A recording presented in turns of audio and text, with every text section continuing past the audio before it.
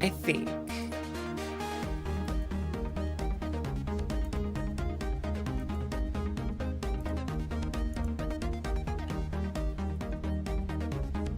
Scuff? Wait, what happened?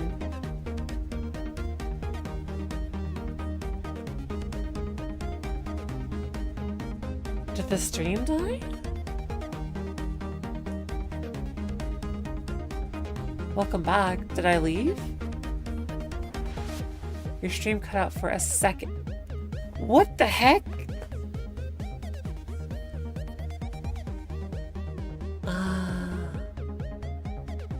Huh.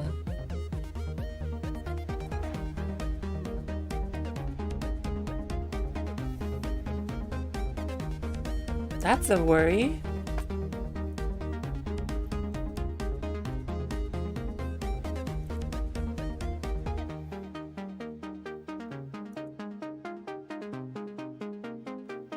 How come I can't see your skeleton? Where's your bones? Huh? Wait, then this didn't work. Because it's not here?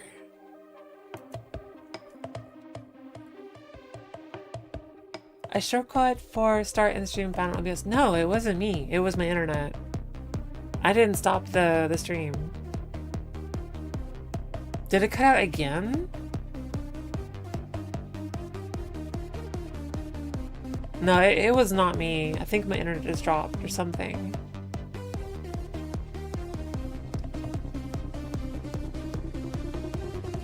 Yeah.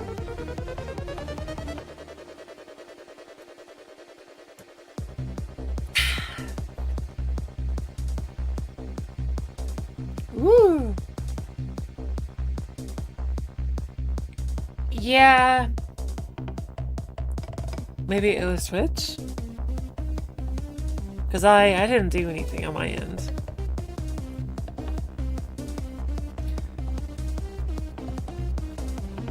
Okay. But yeah, what's new, everybody? Talk to me.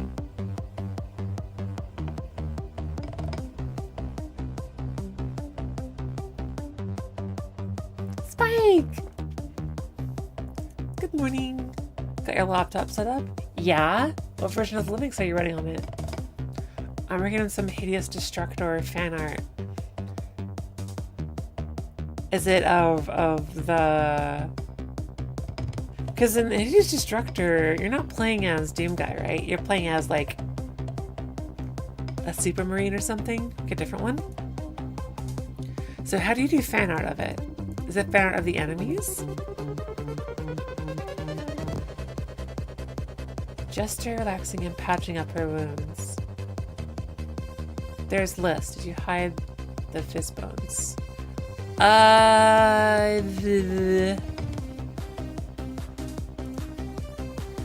That is an excellent question. It's supposed to be this. Oh, that would be why. Oh, right. I forgot. The Unreal Skeleton is complete ass to work with.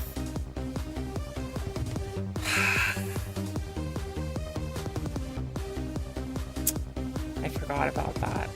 I was like, yeah, I got like so much more experience working with Blender now. I'm gonna go back and touch this up like, oh yeah, the bones don't make actually any sense in this. I think I can fix it inside Unreal now though. Let's have a look. Because they know that it's a problem. Let's see here.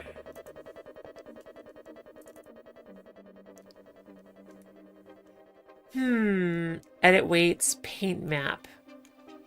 That's probably something useful. Let's make a copy. We'll call this rework 2.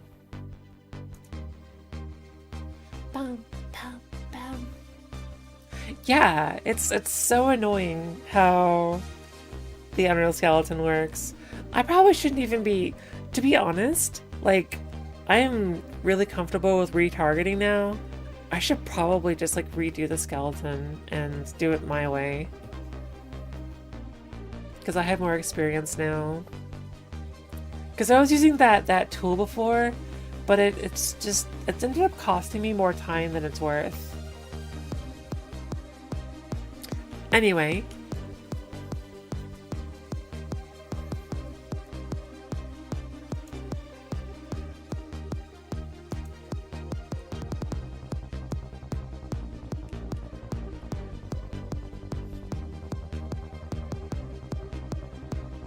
Yeah, edit weights.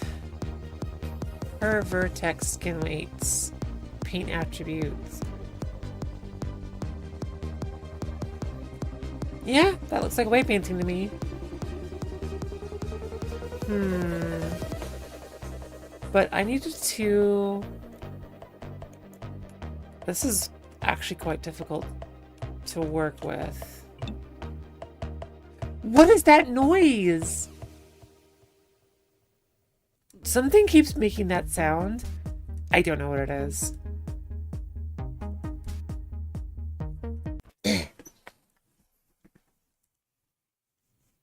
Did you not hear it? Oh, YouTube just broke. Okay. Let's listen to something else.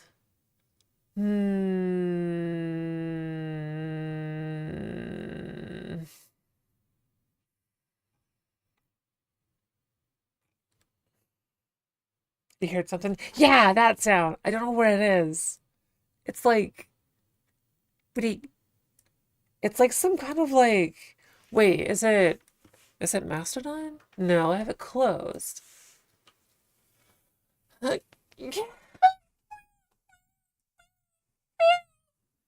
No, it's like a little, like, it sounds like a program notification, like a new message notification. It's like, put it.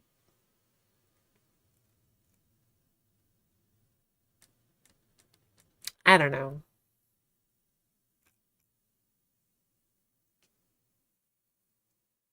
Man, I just want to watch, like, I just want to watch videos together. Can we do that?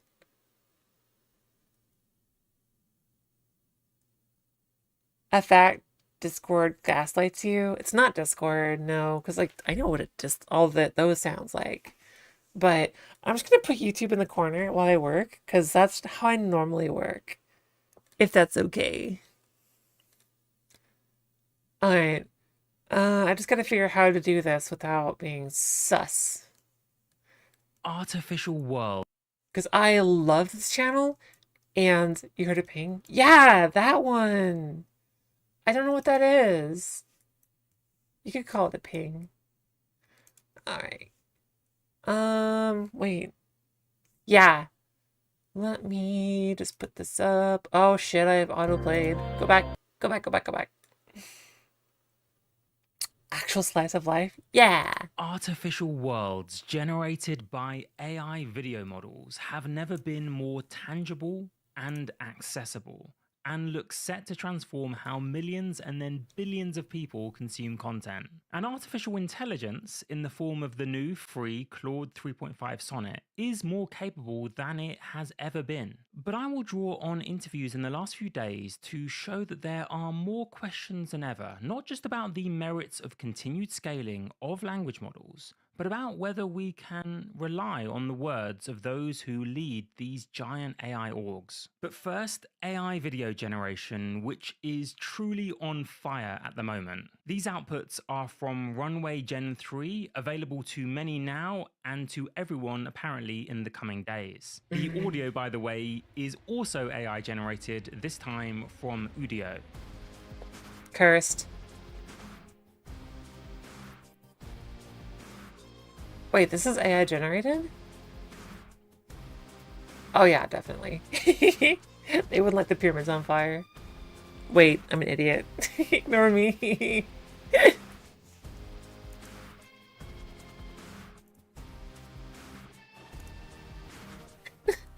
As you watch these videos, remember that 2D the to AI 3D? models that are generating them are likely trained on far less than 1% of the video data that's available. Unlike high quality text data, video data isn't even close to being used up. Expect generations to get far more realistic and not in too long either. And by the way, if you're bored while waiting on the Gen 3 waitlist, do play about with the Luma Dream Machine. I've got to admit, it is pretty fun to generate 2 images or submit 2 real ones and have the model interpolate. Why is your now, mouth sideways, in Seymour? China have actually already been able to play with a model of similar capabilities called Kling. But we are all waiting on the release of Sora, the most promising video generation model of them all from OpenAI. What the Here fuck? are a couple of comparisons between Runway Gen 3 Incredible. and Thank Sora. you. The prompts used in both cases are identical. And there's one example that particularly caught my eye. As many of us may have realized by now, simply training models on more data doesn't necessarily mean they pick up accurate world models. Now, I strongly suspect that Sora was trained on way more data with way more compute. With its generation at the bottom, you can see that the dust emerges from behind the car. This neatly demonstrates the benefits of scale, but still leaves open the question about whether scale will solve all. Now, yes, it would be simple to extrapolate a straight line upwards and say that with enough scale, we get a perfect world simulation.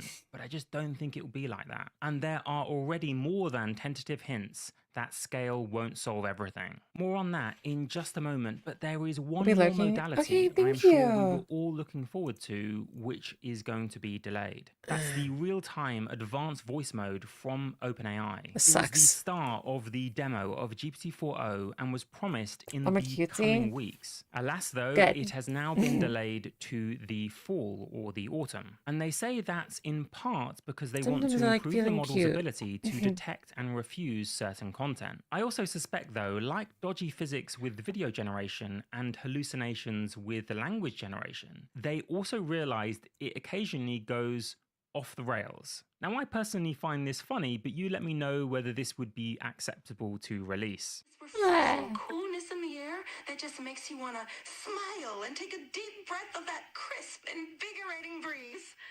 The sun's shining, but it's got this lovely, gentle warmth that's just perfect for light jacket. So either way, we're definitely going to have epic entertainment, but the question is, what's next? Particularly when it comes to the underlying intelligence of models, is it a case of shooting past human level or diminishing returns? Well, here's some anecdotal evidence with the recent release of Claude 3.5 Sonnet from Anthropic. It's free and fast and in certain domains more capable than comparable language models. This table, I would say, shows you a comparison on things like basic mathematical ability and general knowledge compared to models like GPT-4o and Gemini 1.5 Pro from Google. I would caution that many of these benchmarks have significant flaws, so decimal point differences I wouldn't pay too much attention to. The most interesting comparison, I would argue, is between Claude 3.5 Sonnet and Claude 3 Sonnet. There is some evidence that Claude 3.5 Sonnet was trained on about 4 times as much compute as Claude 3 Sonnet, and you can see the difference that makes. Definitely a boost across the board, but it would be hard to argue that it's 4 times better. And in the visual domain, it is noticeably better than its predecessor and than many other models. And I got early access, so I tested it a fair bit. These kind of benchmarks test reading charts and diagrams and answering basic questions about them. But the real question is, how much extra compute and therefore money can these companies continue to scale up and invest if the returns are still incremental? In other words, how much more will you, and more importantly businesses, continue to pay for these incremental benefits? After all, in no domains are these models reaching 100%. And let me try to illustrate that with an example. And as we follow this example, ask yourself whether you would pay 4 times as much for a 5% hallucination rate versus an 8% hallucination rate if in both cases you have to check the answer anyway. Let me demonstrate with the brilliant What? new feature you can use with Claude 3.5 Sonnet from Anthropic. It's called Artifacts. Think of it like an interactive project that you can work on alongside the language model. I dumped a multi-100-page document on the model and asked the following question. Find 3 questions on functions from this document and turn them into clickable flashcards in an artifact with full answers and explanations revealed interactively. It did it, and that is amazing.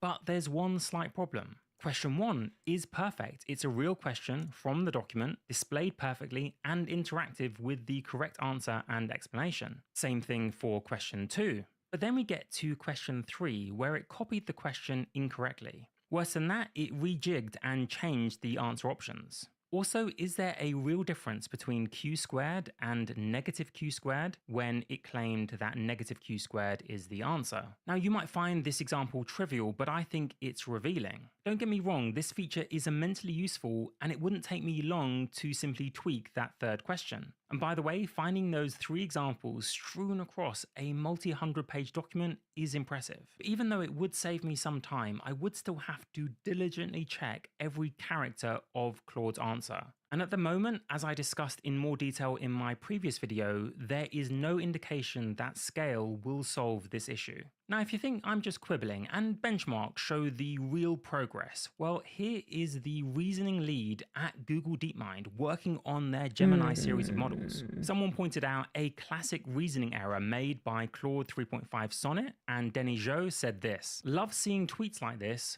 Rather than those on LLMs with PhD/superhuman intelligence or fancy results on leaked benchmarks." I'm definitely not the only one skeptical of benchmark results. And an even more revealing response to Claude 3.5's basic errors came from OpenAI's Noam Brown. I think it's more revealing because it shows that those AI labs, Anthropic and OpenAI, had their hopes slightly dashed based on the results they expected in reasoning from multimodal training. Noam Brown said frontier models like GPT-4o and now Claude 3.5 Sonnet may be at the level of a, quote, smart high schooler, mimicking the words of Mira Murati, CTO of OpenAI, in some respects, but they still struggle on basic tasks like tic-tac-toe. And here's the key quote: shiny. "There was hope that native multimodal training would help with this kind of reasoning, but that hasn't been the case." That last sentence is somewhat devastating to the naive scaling hypothesis. There was hope that native multimodal training on things like video from YouTube would teach models a world model. It would help, but that hasn't been the case. Now, of course, these companies are working on far more than just naive scaling, as we'll hear in a moment from Bill Gates, but it's not like you can look at the benchmark results on a chart and just extrapolate forwards. Here's Bill Gates promising 2 more turns of scaling. I think he means 2 more orders of magnitude. But notice how he looks skeptical about how that will be enough. The big frontier is not so much scaling. We have probably 2 more turns of the crank on scaling, whereby accessing video data and getting very good at synthetic data, that we can scale up probably 2 more times. That's not the most interesting dimension. The most interesting dimension is what I call metacognition, where understanding how to think about a problem in a broad sense and step back and say, okay, how important Adobe is might this dox me. I'm answer? gonna hide my How could screen I for a check second. my answer? What external tools would help me with this? It likes to do that. We're going to get the scaling I knew it. benefits, but I knew at it. the same time, the various actions to change the underlying reasoning algorithm from the trivial that we have today to more human-like metacognition, that's the big frontier that it's a little hard to predict how quickly that'll happen. I've seen that we will make progress on that next year, but we won't completely solve it for some time after that. And there were others who used to be incredibly bullish on scaling that now sound a little different. Here's Microsoft AI's CEO, Mustafa Suleyman, perhaps drawing on lessons from the mostly defunct Inflection AI that he used to run, saying it won't be until GPT-6 that AI models will be able to follow instructions and take consistent action. There's a lot of cherry-picked examples that are impressive, on Twitter and stuff like that. But to really get it to consistently do it in novel environments is pretty hard. And I think that it's going to Yeah, be do not one, it. but 2 orders of magnitude more computation of training the models. So not GPT-5, but more like GPT-6 scale models. So I think we're talking about 2 years before we have systems that can really take action.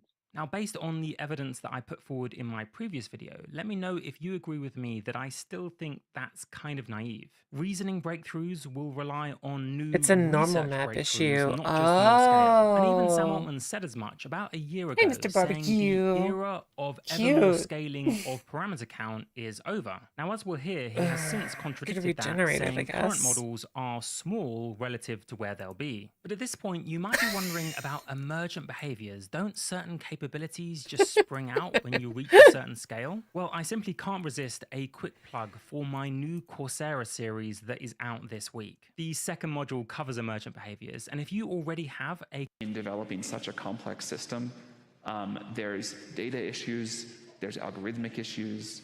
The models are still quite small relative to what they will be someday, and we know they get predictably better. But this was chill. the point I was trying to make at the start of the video. As I argued in my previous video, I think we're now at a time in AI where we really have to work hard to separate the hype from the reality. Simply trusting the words of the leaders of these AI labs is less advisable than ever. And of course, it's not just Sam Altman. Here's the commitment from Anthropic, led by Dario Amodei, back last year. They described why they don't publish their research, and they said it's because we do not wish to advance the rate of AI capabilities progress. But their CEO just 3 days ago said AI is progressing fast due in part to their Material own efforts. here. To try and keep pace with Substance the painter? rate at which the complexity of the models is increasing. I think this is one of the biggest challenges in the field. Probably The like field is other moving people so that know how to fast, use it. including by our own efforts. Because like substance painter is really complicated, and basically one of my 3D artist friends told me that like, yeah, in substance painter you basically want to work exclusively using masks. So mask everything. So I would guess like ask your friends that know how to use it. You could try YouTube, but I don't know. YouTube is pretty hit or miss with substance painter, in my opinion. that we want to make sure that our understanding keeps pace with our abilities, our capabilities to produce powerful models. He then went on to say that today's models are like undergraduates, which, if you've interacted with these models, seems pretty harsh on undergraduates. If we go back to the analogy of like today's models are like undergraduates, let's say those models get to the point where, I'm trying to they're fix kind this scene of, that keeps graduate appearing. level or strong professional level. Think of biology and drug discovery. Yeah. Think of a model that is as strong as a Nobel Prize winning scientist, or the head of head of drug discovery at a major pharmaceutical company. Now, I don't know if he's basing that on a naive trust in benchmarks or whether he is deliberately hyping. And then later in the conversation it's a with the mask guy who's in problem. charge of the world's largest sovereign wealth fund, he described how the kind of AI that Anthropic works on could be instrumental in curing cancer. I look at all the things that have been invented. If I look back at biology, CRISPR, the ability to like edit genes. If I look at, CAR T therapies, which have cured certain kinds of cancers, there's probably dozens of discoveries like that lying around. And if we had 1 million copies of an AI system that are as knowledgeable and as creative about the field as all of those scientists that invented those things, then I think the rate of those discoveries could really proliferate. And, some of our really, really long-standing diseases, could be addressed or even cured. Now, other he one added some too, caveats, the of male course, one? but that was a claim echoed on the same day, actually, I think, by OpenAI's Sam Altman. One of our partners, Color Health, is now using GPT-4 Male for rework. cancer screening and Male treatment plans, and rework. that's great. And then maybe a future version will help discover cures for cancer. Other AI lab leaders, like Mark Zuckerberg, think those claims are getting out of hand. But part of that is the open source thing too, so that way other companies out there can create different things, and people can just hack on it themselves and mess around with it. Female body. I guess that's a pretty deep worldview that I have, and I don't know. Why I is find this it a black? pretty big turnoff when people Oh, in I the, never fixed in it. the tech industry kind of talk about building this one true AI. Oh, It's I like, thought that was the it's almost Zuck. as if It they sounds kind like of think they're Zuckerberg. creating God or something, and it's like it's just that's not what we're doing. That's not, I don't think that's how this plays out. Implicitly, he's saying that companies like OpenAI and Yeah, Anthropic are Elon, getting we're not carried making a away. And god. later, though, in that interview, the CEO of Anthropic admitted that he was somewhat pulling So things they out of say. his hat when it came to biology and actually with scaling. You know, let's say, you know, you extend people's productive ability to work by 10 years, right? That could be, you know, 1/6 of the whole economy. Do you think that's a realistic target? I mean, again, like I know some biology. I know something about how the AI models are going to happen. I wouldn't be able to tell you exactly Still have what that would crotch happen, but like seam. I can tell a story where it's possible. Okay. So 15%, and when will we? It's definitely so when could we a have a masking issue. added the equivalent of 10 years to our life? I mean, how long? What's the time frame?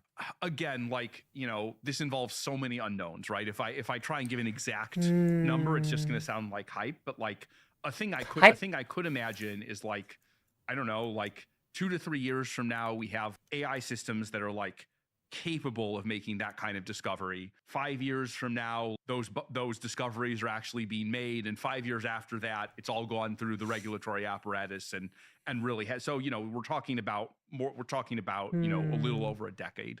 But really, I'm just pulling things out of my hat here. Like, I don't know that much about drug discovery. I don't know that much about biology, and frankly, although I invented AI scaling, I don't know that much about that either. I can't predict it. The truth, of course, is that we simply don't know what the ramifications will be of further scaling and, of course, of new research. Regardless, these companies are pressing ahead. Right now, 100 million. There are models in training today that are more like 1 billion. I think if we go to 10 or 100 billion, and I think that will happen in 2025, 2026, maybe 2027, and the algorithmic improvements continue apace, and the chip improvements continue apace, then I think there is, in my mind, a good chance that by that time we'll be able to get models that are better than most humans at most things. But I want to know what you think. Are we at the dawn of a new era in entertainment and intelligence, or has the hype gone too far? If you want to hear more of my reflections, do check out. I love this guy. His channel's really good. Okay. Any video suggestions? Meow meow. I wonder how badly I'm gonna get bonked for watching YouTube on YouTube. Oh, new Spookums video. We'll watch Spookums. All right, Pinhead, your time is up. Who you calling Pinhead? Sometimes it seems like the wackier a vehicle is in this game, the better it'll be. And the German DF-105 is a poster child for that. It is a mortar chassis with an oscillating turret, firing full caliber heat. All around, its stats are pretty good. The only issue is that the heat is so large it'll get caught on pretty much everything. But it should be React fun, so let's content. go ahead and give Oh it my a god. shot. So speaking of React content, if I ever see X reacts to Y on my YouTube feed, I immediately block the channel. Fuck you. That's just plagiarism with extra steps. Don't worry about that. That's me right now. But it's different. It's like it's different. I don't know how, but it's different. I'm not gonna put a video about it. Like the whole premise of the video is my reaction to the content. This is me working with more. Every bad person makes an exception for them. Oh. Okay. I guess I'm a bad person then. You know, for having an oscillating turret, this thing is surprisingly stable on the move.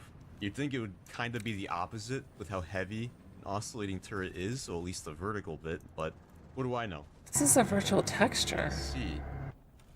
Yeah, if someone could do me a favor and shoot that guy, that would be very helpful. 12 seconds later. Chieftain, you want to shoot Mask? that guy, maybe? Uh-oh. Dude,